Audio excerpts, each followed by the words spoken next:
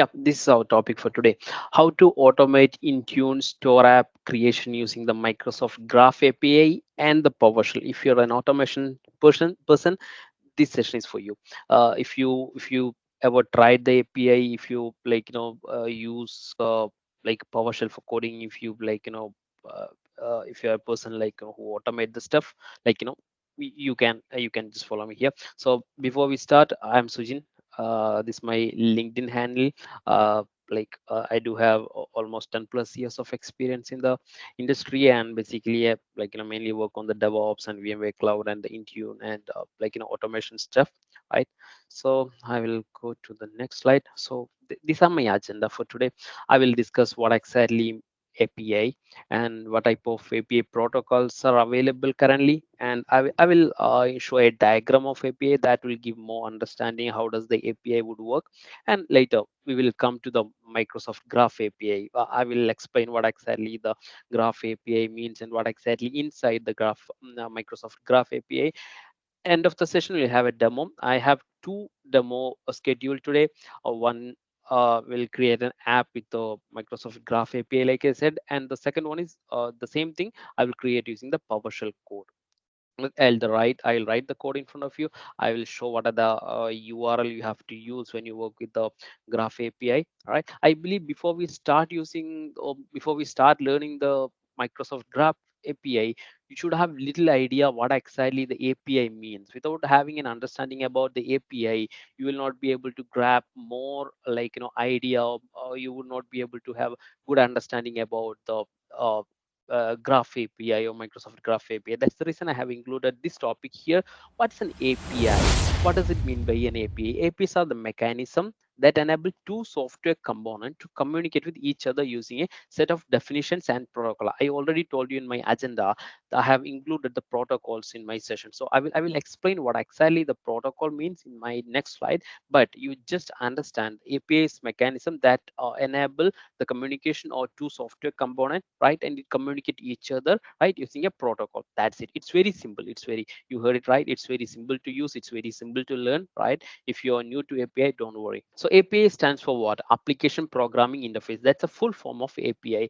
A for application, P for programming, and last I for interface. Interface, yeah. In the context of API, the word application, like I said here, application refers to the any software, right? It can be like, for example, it can be a Jira, it can be a maybe what a service now, it can be anything, right? In our case, it can be Azure, it can be Intune, any software, right, that you want to automate. That's what here will come as coming as an application, right? See, interface, obviously it will act as an interface, can be thought of as a contract of service between two application, right? That's what I said above, right? It will communicate between two software. So I have a diagram in my next slide.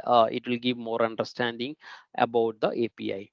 Right, API architecture usually explain the terms of clients and servers. We all are familiar with the client server architecture. We know how does it work. So client send a request to the server, server receive the request, and server send back the output of the request to the client. That's how APIs also work. The application sending the request is called the client. Say I'm the client, I'm sending the request to my server, right? Server will get the request from the client, and server, me as a server, I will send the respond back to the client. That's how it works. Like I mentioned here, it takes the request from the user. Say you are the user, you are the client, and send back to the service provider. Say for example, Jira or ServiceNow, or maybe in Intune itself, you send the request from your chair, right? And in the cloud, you the cloud through the cloud portal, or the server will get the request, and it will check the request, and you will get the result using a single line code or single line URL, right? That's how the API works. And the end of end of your activity, end of your task, the end user will get the result in your screen. All right. If you have any doubt, you can just ask here, right, in the chat session. All right. So yeah, for example, this example I have taken from the internet though. Here in this example, it says say for example, you have a weather app. So you just want to maybe in your phone itself, if you like say what's the weather now, what's the weather today, what's the weather forecasting, how does it work. So when you open the weather app, it's communicating with the weather data, which is which is in the server, right, and it's sending back the details on your phone, or the internet, or maybe on your browser. So it's like a server client communication, right? The application what are using, it's communicating the server through an interface, and it is getting the data back. That's how the APIs works, right? So this is a diagram of API. You look at the down part, the second part here, right? The second box. Say you go to a restaurant, the customer, you sit on your chair, right, and you call a waiter, right? Waiter comes with the menu, right? So you have a biryani, pizza, some items in the menu, right? You order something. Say you order one pizza, right? So customer, here you're sitting and you order one pizza, and the waiter will get the order, right? What waiter will do? Waiter will go back to the kitchen, right? And waiter will give your order to the chef, right? Chef will prepare your order. Say pizza, the pizza will get prepared in the kitchen, right? The once the cooking is done, what chef will do? Chef will call the waiter back, and waiter will bring the pizza to the customer, or your table, right? That's how it works. Say the customer is ordering the stuff, ordering the food. The waiter is taking the order, and waiter is going back to the chef is preparing the order. Once the cooking is done, and waiter is calling back the waiter, sorry, the chef is calling back the waiter, and waiter will go to the customer and deliver the order. So pizza will get to whom? Customer. Then customer will eat the pizza. That's it. That's how the process would work. Now you go back to the API concept. Say you are the end user, you are sitting in front of your machine, in front of your desktop or laptop, and you're making a request. Okay, say the same way how customer is ordering a pizza to the waiter, same way how you're ordering, maybe making a request through the API to the server, right? So API will take your request, and the request will go back to the server, and server will process your request, and the request will come back to the end user as an output. This is how it works, right? You hope this clear for you. If you guys have any question, like I said, you just put in the chat. I will answer that later. Right, so this is the diagram of API. I believe this makes some understanding for you, right? Like I said before, API is very easy to learn. It's not that too tough. Like you just need to get hands on the API. All right, so types of API protocol. This is pretty you have to understand what all the protocols available. The very first protocol what I would introduce you here, it's called SOAP APIs. SOAP means, or SOAP means, Symbol Object as Access Protocol. The client and the server exchange the messages using the XML file, XML data, right? So this is less flexible API that was more popular in the past. What does it mean? People are not using the SOAP API or SOAP APIs or Symbol Object Access Protocol APIs nowadays, right? What is familiar now? I will explain that in a moment, right? The second one is RPC API. These APIs are called Remote Procedure Calls. Right? What does it mean by the remote procedure calls? The client completes a function or procedure, like I said here, like I mentioned here on the server, and the server sends output back to the client. That's it, right? It would happen like as a remote procedure, right? So that's why it call it as a remote procedure calls, or RPC APIs. WebSocket APIs. WebSocket APIs are quite familiar nowadays. I'm not so good with the WebSocket APIs. WebSocket, you maybe trading, many other things would would happen, or maybe data things would happen through the WebSocket APIs. WebSocket APIs, like I mentioned here, is another modern web API development that uses JSON object to pass data. Here you see in the SOAP, we used XML. Here in the WebSocket APIs, people are using the JSON, right? So what does it mean? You should have little understanding about the coding when you start working the API. That's the moral of the story, right? So when you go to the next one and most popular one called REST APIs. What does it mean by REST? REST. REST stand for Representational State Transfer Protocol. Okay, so here this is the protocol, or this is the REST one what people are using now, or maybe a quite common use protocol. Here you get the functions like get, put, delete, post, patch, and many things over there in the in the Rust APIs. I'll show how does that work. If you're familiar with the APIs, you probably would be able to understand what I'm saying, right? Here also the client can access the data from the server, but using what? Using an HTTP protocol. Okay, using the HTTP, the client would be able to get the data, make the changes, delete the stuff, right? Put the items, right? So it can be done using the representation state transfer protocol. All right. So, what is the reason I explained, or what would be the reason why I included SOAP, RPC, WebSocket, and Rust APIs here? The reason is very simple, right? You should have an understanding what does it mean by all of this protocol, and our Microsoft Graph APIs belongs to which protocol. That's also pretty important, right? Answer is here. Microsoft Graph is a RESTful web API. RESTful APIs means what? So you will get options like get, put, delete, post, and everything, and you can do the protocol transfer with the a client server access, client server data transmission, or the automation using the HTTP. All right. So here, like I mentioned before, Microsoft Graph is a RESTful web API that enable you to access Microsoft Cloud Service resources. Now you have little understanding about the API. Now I'm trying to explain what does it mean by a Microsoft Graph API. Okay, Microsoft Graph API is again a RESTful web API that enables you to access Microsoft Cloud Services resources, not any on-premises, right? Microsoft Graph uses the HTTP method, like I mentioned before, on your request and determine what request you are doing, right? So, and you can do the automation using the HTTP method. You can you can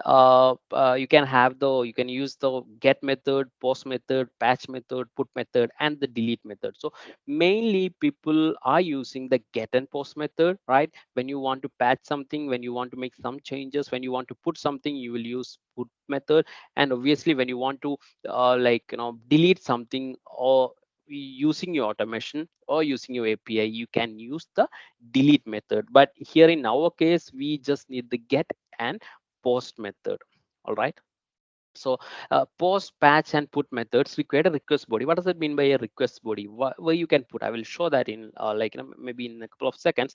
But remember, and when you go with the post, patch, or put method, you need something in the request body. The request body obviously should be in the JSON format. So you should have little understanding about the JSON, how does it can be written, how to read the JSON format files, right?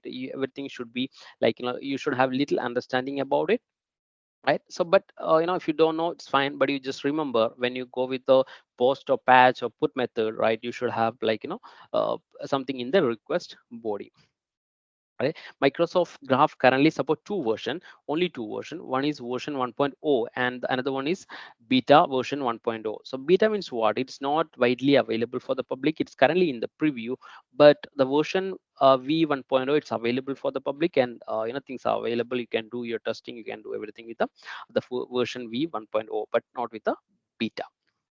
Hope that makes sense for you. How you can work with the Graph API? Here's the answer. Right, you have little understanding about the Graph APIs. Now it's not a new topic though, right? You can do the automation using the Graph API. How you can access the Graph API using a Graph Explorer? What is Graph Explorer? Graph Explorer is a web based tool that you can use to build and test requests using the Microsoft Graph API. What does it mean? Say if you want to get some details about your devices, right? You say you have thousands of devices in your environment, you want to get all the thousand devices details. Say how who all are the users logged into the machine, when was the last patch, any other details, say you name it, anything, right? So how you can get it? Using a get method, right? But it can be done using the Graph API. You can, how, Microsoft Graph API is good enough to give you the output, but how you can write the code, how you can use the APIs using the Microsoft Graph Explorer. Right, I'll show you how to access the Graph Explorer. This is the link, right? I will get you the link in a moment in our chat box, right? So what is inside the Microsoft Graph Explorer, that also you should understand, no? So these are the things, like, and I will just list out everything, right? It will give more understanding about it. So there are four basically cloud services are available in the Microsoft Graph API. The very first thing is Microsoft 365 core services. What does it mean by a Microsoft 365 core services? Say calendar, say booking, say Excel, right? Any Microsoft 365 services can be accessed, or you can do the automation activities using the Microsoft Graph API, right? All this, like, Microsoft OneDrive, say OneNote, the Outlook, right? The Teams, everything can be, like, automated using the Graph API. The next one, enterprise mobility and security services. What does it mean by enterprise mobility and security services? We all are coming in this box: enterprise mobility and the security services. Our Intune identity manager, Microsoft Entra ID, right? The advanced threat protection, right? The advanced threat analysis, like endpoint, everything would come under what? Enterprise mobility and security services. What does it mean by this particular box? It means that you can do endless automation using the Microsoft Graph API, right? If you work on the Intune, if you work on the Microsoft Entra ID, if you work on the identity manager, you can do, like I said, endless automation using the Graph API. The third service is what? Windows services, like activities, like, devices, Windows notification, like in universal print, etc. It can be automated using the Microsoft Graph API. And the last one, but not least, Dynamics 365 Business Central services also can be automated using the Microsoft Graph API. So frankly speaking, I never tested this core 365 services. I always used to stick with the Intune and the identity manager stuff. Probably, like, maybe in future I would get a chance to explore the Graph API with the 365 core services. That's interesting. Right, so this is the demo time, right? I will just minimize this one, right? Say I'll go back to my Intune, right? Or maybe very first thing, I'll go to the Explorer. So I'll go to the Graph Explorer. This is the Graph Explorer link, guys. You just log into this link.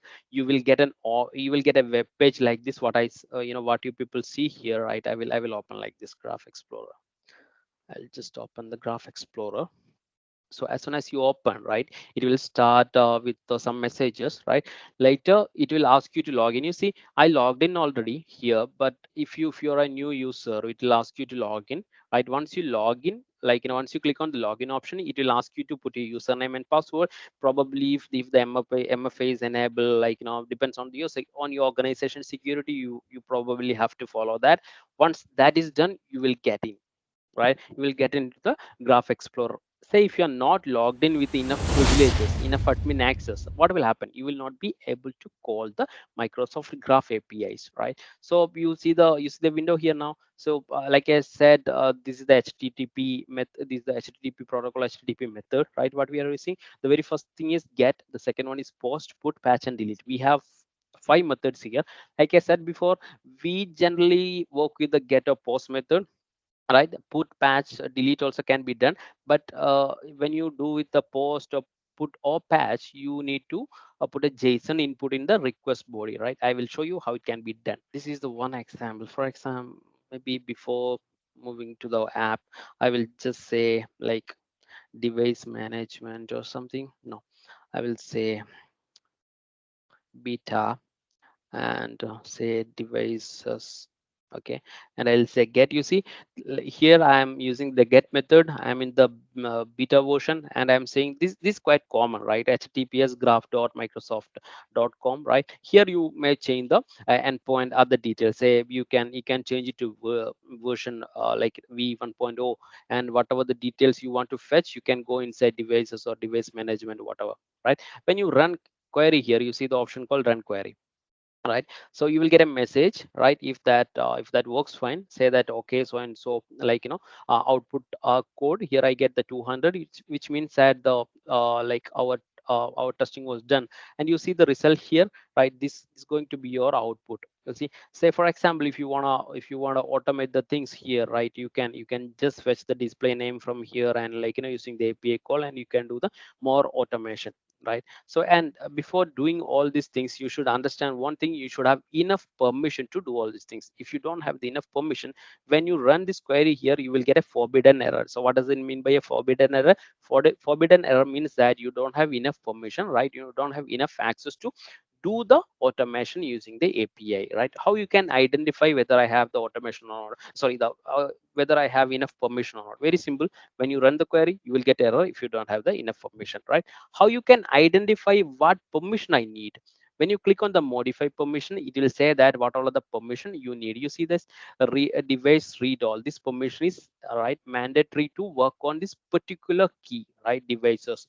When you go with the application, this permission will be different. I will show that in like in a couple of seconds. You see this here, device read all, which means that right, the description says that it allows right app to read the devices, right? App in the sense what, this explorer, sorry, the graph explorer app to read devices, right, and configure information on your behalf, right? If you don't have this particular access, or maybe permission is enabled, not enabled, right, what would happen? You will not be able to get the devices details, right? If you have a like device read write access, you will be able to make changes on the devices, right? If you don't have like in a like read write access, what will happen? You can just read it. If you have only the read access, you can just read it, but not will not be able to make any changes.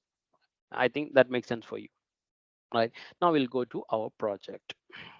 Say I will come back here. You see I already got something for you here. Say if you see my endpoint here, I'm in the beta, right? I say device management app. This is the endpoint what I'm trying, and mobile apps. So for example, I will do one thing. I will just copy this endpoint and I'll put here, and I will just try to get the details using this from this endpoint. You see the modify permissions are changed as soon as I put the and as soon as I change the endpoint or the URL, the permission got changed here. I need different permission to work on this endpoint, right? So since I'm using the get method, I'm not putting anything in the request body. I'm just clicking the query, right? And I'll get the result. You see, there are lots of output, lots of output. What does it? The output has? It has the information about the mobile apps in your environment. You get that?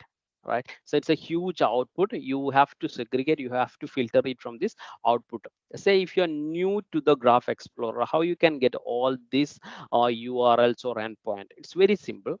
One thing, you have to go to the Microsoft site and get it. Excuse me.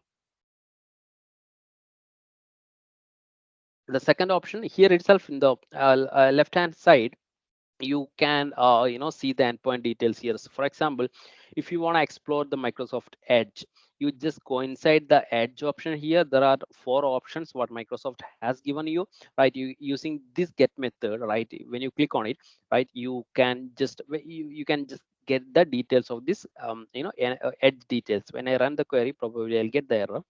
Let's see whether that would work or not. You see, this is the best example. I got the forbidden error because I don't have the enough permission to do a call of like edge, or maybe the like whatever the endpoint, whatever the URL I have written here, right? I can change it using the modify permission. If I just go for a constant here, like in a browser site list and read all, or read write access. Say like when I click on the read write all access, I will just say give access. It will ask the username and password, right? And say I will just accept it, right? I may get a pop-up. I may get an MFA details here, right? Once I approve it from my phone, right, I will get full access here. Okay, all done. So see whether that would work or not.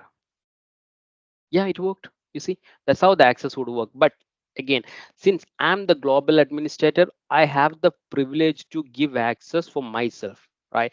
When it comes to the corporate scenario, when you work as a employee, or maybe when you work as a end user, you will not be able to get the global administrator privilege or Indian administrative privilege, right? In that case, you probably have to contact your NRA person, or maybe anyone who is authorized to give this access with request or whatever the things you follow. But when you give the access here, you will be able to do the automation calls or like an API calls here. All right, so I will come to the app creation now. Right, today in my agenda, in my bucket, I will create a new app, right? Win32 app, sorry, the Microsoft Store app called BI report builder. This app is never created in our Intune portal. I will just show that. I will just copy this display name and I will search here and see whether the app is available or not.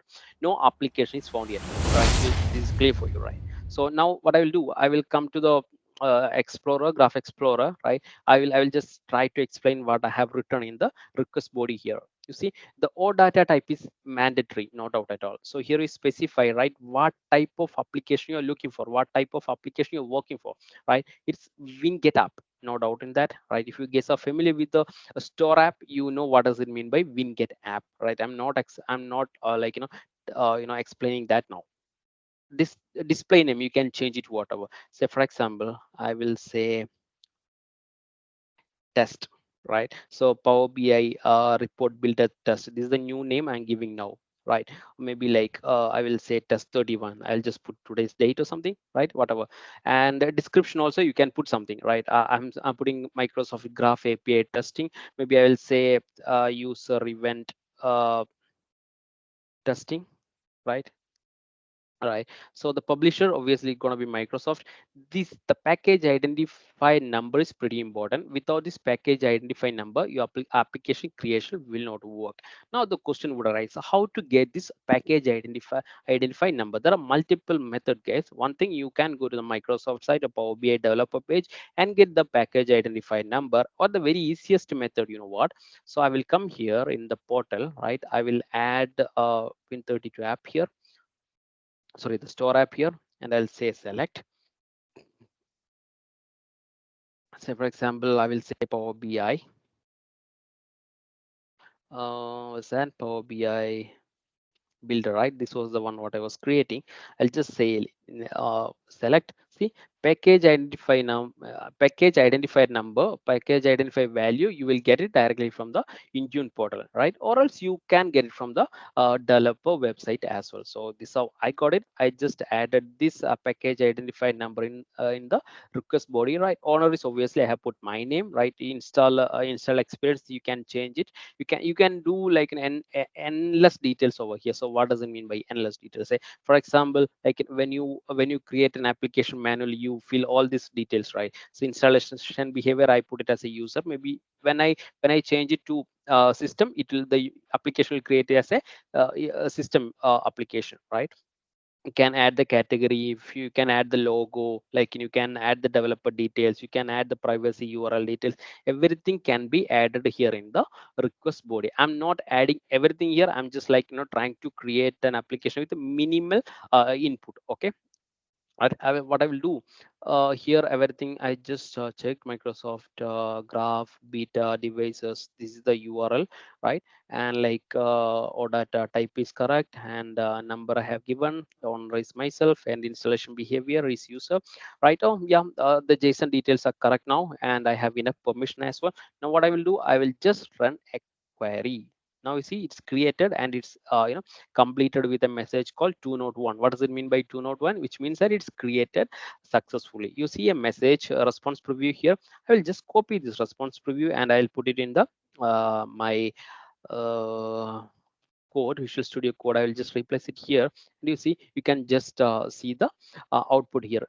The graph display name is what, test 31. This is the one I have given, and description is what like whatever I have given in the request portfolio in the portal, right? Large icon I input. So there is since I didn't put it here, so it's just coming as null, and featured are false, right? Nodes I didn't put anything, right? So whatever the details you get it here, everything can be filled out over in the request body as well. Hope that makes some sense for you, right? This how the preview or the output would looks once you click on the run query, you will get an output, right? I'm just getting that output details, and I put in our Visual Studio Code, and as a JSON command or JSON code, right? This how it will looks like. It's very easy to understand for me, like what all the details I have put, and what all the details it has created, right? Publishing state, it's still processing, right? You see the owner details.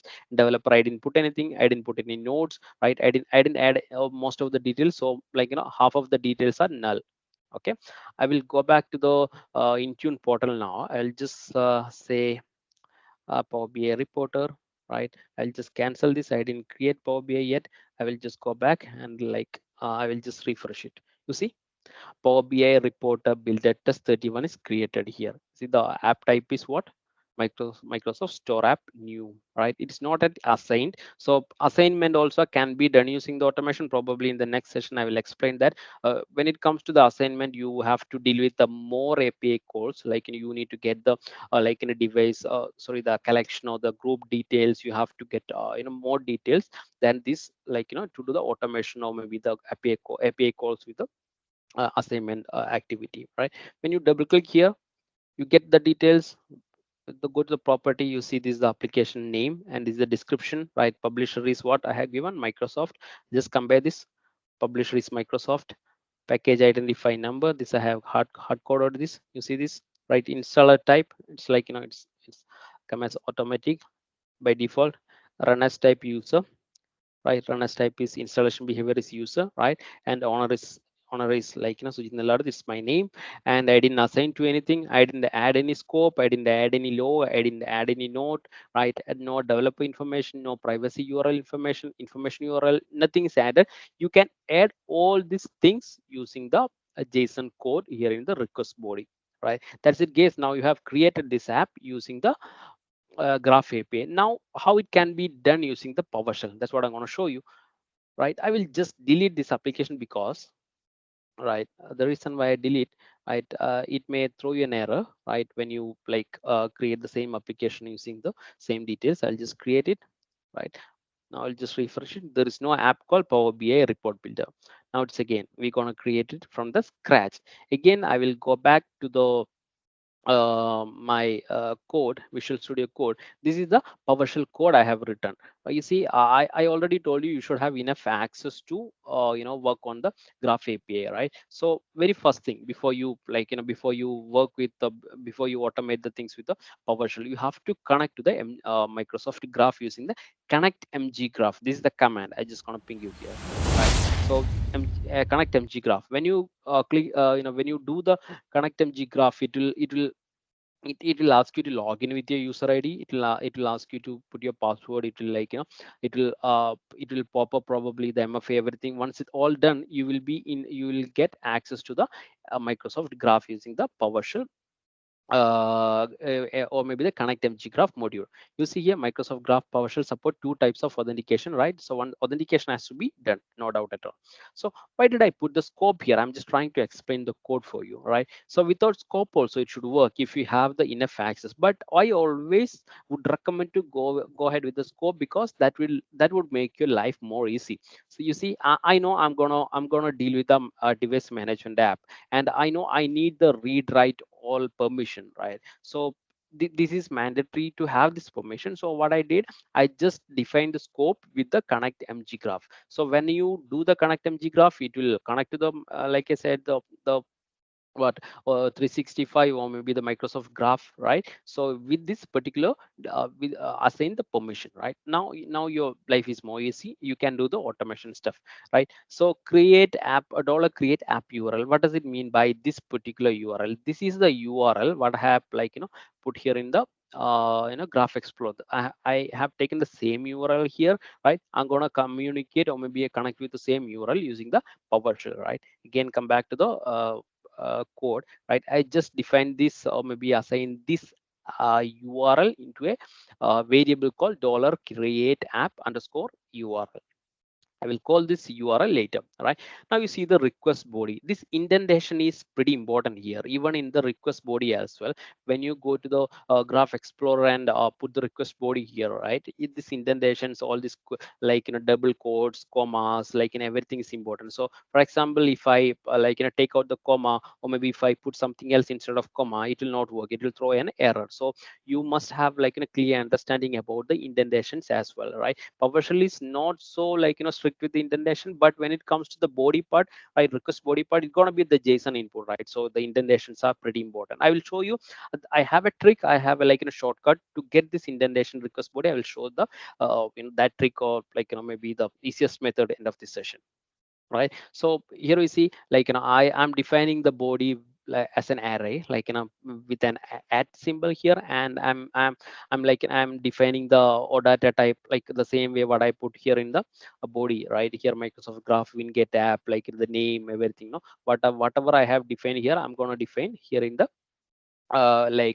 display, maybe in the body as well. So this time I'm not putting the name as test, so I will try to create it as a new application with a different name, right? So graph micro, the description also different here. We will see how does that work, right? So package identify number, again it's important to have. It's pretty like it's, you must have the package identify number when you deal with the PowerShell as well. So the publisher, it's again the Microsoft. I'm putting the same information as as we put in the Microsoft graph. So what is next? You got the body here, and now this command invoke mg graph request command will communicate to this URI, right? This URI you have to define here, and method you're defining as a post. When you do a get call, you have to do the method as a get, and maybe delete or put whatever the method you follow. You have to replace the method here, but rest everything gonna be same. When you say, when you want to get device information, right? So obviously you're gonna use the get method. So when you use the get method, the request body is not mandatory. It's not necessary. You no need to put the request body. So what you can, how you can change it? Say for example, invoke mggraph. The URL you put, say instead of mobile apps, you say the devices, right? You remember the very first try what we had, and you change the method to post, and that's it. It will work. And the body and body and other details are not required when you go with the a get method. But when it comes to the post, when it comes to the delete, or when it comes to put, when it comes to patch, you need a request body information. Without the request body information, it will not work. Why it would need a request body information? Because when you do the post, you are making some changes, right? When you're making some changes, it need an input. So what details you're giving in the body? You are giving the input here. Say the or data type is an input, display type is an input, right? The publisher details are input. So everything is input here. You just defining the input using the like the body variable here, and you just calling it using the invoke mg graph request. And so hope this makes clear for you. Invoke hyphen mg graph request is the command we will use to call the URI or the API stuff, right? Okay. So what I will do, I will now, I'm done with my code, right? It's pretty easy, it's very simple. What I will do, I will just run here, right? Now see, the very first thing was what? Connect mg scope, right? Mg graph with this particular assigned scope, right? So I just ran, and once it is run, I got the welcome to Microsoft graph message. It didn't ask me to log in. It's fine because I'm already logged in, right? If you are using the first time, and if you're trying to log in with the connect mg graph first time, you will get a login message, right? You should give your user ID, you should give your password. Once that is done, you will get the same message using welcome to Microsoft graph, so and so. And you can ignore this message using the no welcome parameter as well. You see, the application is created. I will just drag a little up. You see the name, right? And the name of the application is what, so and so, and the description is so and so. Everything is created, and you getting the output as an object here. You can just read the values. The owner value is what, Suchin, and the is featured is false, and the uploaded state is 2, right? And what are the details? Publisher, this we have given as a Microsoft, right? Created date is what, today's date, and so time. This is, I believe, in UTC, right? All the details are here. I have created the app using the PowerShell as well. This is the PowerShell code to create the app. This I have written in the in my blog as well, which Vidya posted in our chat box, right? So now see what, we will verify the application. Okay, sorry, 1 second. I'll go back to the Intune now. I'll just refresh it. It should be there. You see, we created the Power BI report builder app first time with the test name, right? We had the name as test with today's date in our name, right? Now you see, we created a new app called Power BI report builder, right? Without test or any other name. So this is a fresh new app created with the same package identifier number. You get that? Right now you probably may think how to get this. Like, this is not that easy to get the board, maybe create the board, if you're not so familiar with the PowerShell or maybe the API stuff. I have one tool called Postman. If you're not familiar with, Postman is a great tool, I would say, to do the API calls, like do the automation stuff, right? So I'll just drag that tool here. right? One second, you may see it here. You see the power, this is the tool. This is the postman tool, right? And I will just create a new request here, right? What add request, right? I'm not adding anything here, so right, and not dealing with the more stuff. I will just click on the row. I'll change the like language to JSON, right? I will come to my in Graph Explorer portal, right? I will just copy the request body, right? I'll come here and I'll paste it here in the body. So you see the raw data, or maybe the input data or the body that I have given here. Now this is JSON, right? This is the that's what I have defined here. This is defined, or maybe typed as a JSON details, right? So now what I will do, I will go to the in a code here. You see in the right hand side there's an option called code, right? When you click on the code, right, you can change the like code to what, PowerShell or whatever the code you want to say. For example, if you want to like a representation, maybe the right exact conversion of this particular code to another, maybe a PHP, you can just click on this, you will get the PHP code, right? You say, for example, you want to the C, right? You will get the C code here. The same way I will get the PowerShell code as well, right? You just click for the rest method PowerShell, right? What you will get, this how the PowerShell code should looks like. You see the rest method, everything here, right? So you just copy this body details here, right? So because with the right indentation, with the right codes, right, in the backticks, like in double quotes, everything has been written over here in the postman tool. You just copy this details, right, and just come here in the uh, code, Visual Studio code, and replace the body with this one. Right now you got the right body details. So this is the like pretty tough, I would say. Like you probably would get confused with the PowerShell while creating the body, while writing the body. You may get the error if you don't like good with maybe the indentation, if you don't good with the creation of body details here, and how to put the comma, how to put the like in a backticks and all. So without knowing much about like in the coding, without having more understanding about the coding, still you can create the application using the PowerShell or like Microsoft Graph API using this postman tool. You just need to log into the tool, right? It's not necessary you need to log, maybe you just need to open the tool, not necessary to log in with your ID, no need. You just create a like a new request like this, right? Add request, and you no need to put like the URL details here, nothing. You just come here in the body, right, and change the data, like just say change it to post, and like change it to raw, and the input language should be JSON. That's it. Just put your details over here, whatever the input you want to put, or maybe whatever the details you put in the Graph Explorer, copy paste same thing here, and come here in the code and change the code to PowerShell and get the code. That's it. You see now I didn't put any input, any request details, or maybe the request body. So it's not generating anything in the body. The body is completely blank here. Say for example, I will say Sujin, right? And this is going to be my like a body. So you see the request body is coming as a Sujin, right? So I'll say like an HTMT.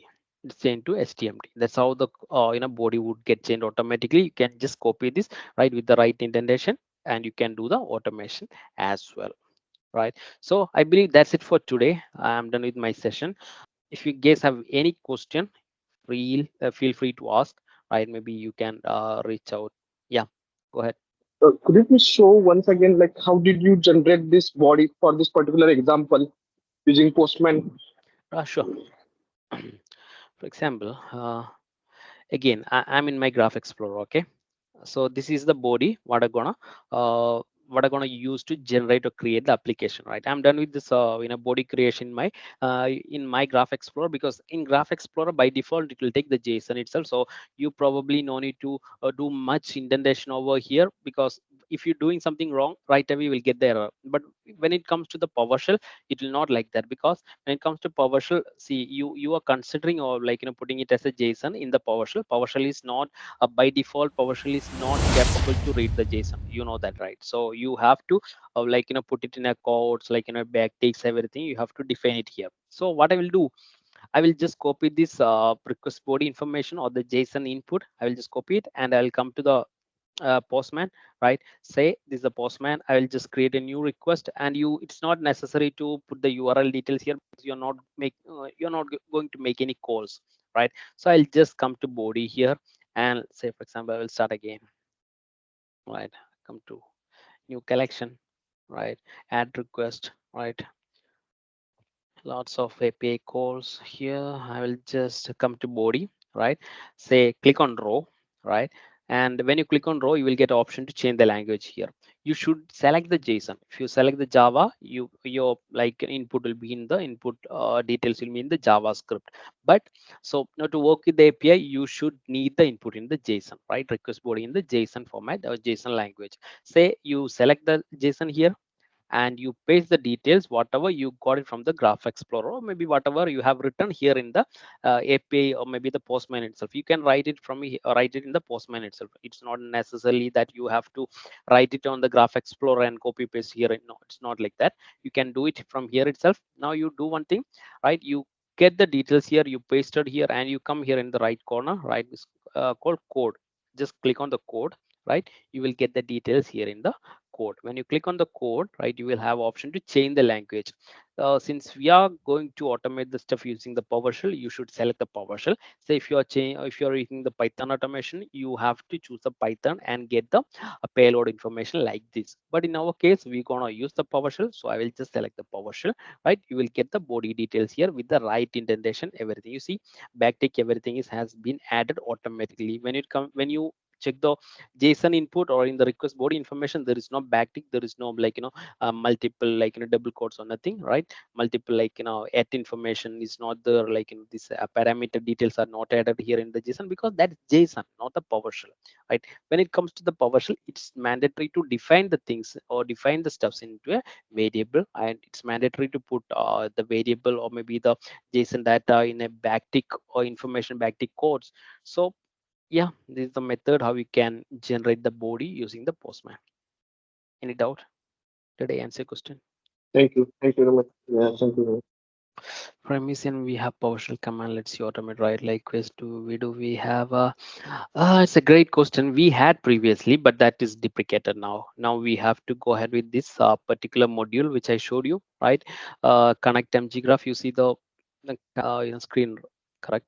Connect MG graph. And you, before you do any automation with the MG graph, you have to install the module, Microsoft Graph module, right? So this is the only option. And without using the URL or maybe the automation stuff here, sorry, you can come here, right? Code snippet. You can just see the code whatever you want to, like, or using this method also you can get the code. Say for example PowerShell, right? So you can use this particular command, get mgadmin edge Internet Explorer, right? Using this command, you can get the details. Okay, thank you. I'm done with my session.